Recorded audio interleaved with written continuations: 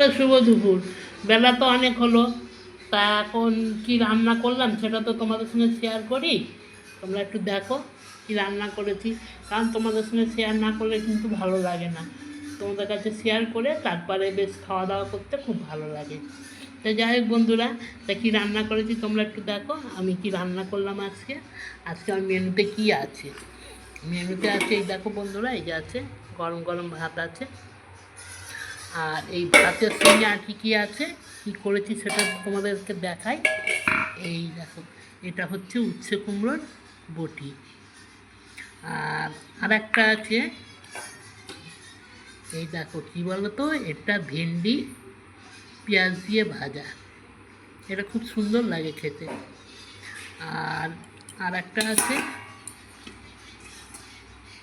এই দেখো গরম গরম লাল লাল ঝাল ঝাল সোয়াবিন দিয়ে ডিম দিয়ে আলু দিয়ে রসা, দেখেছো?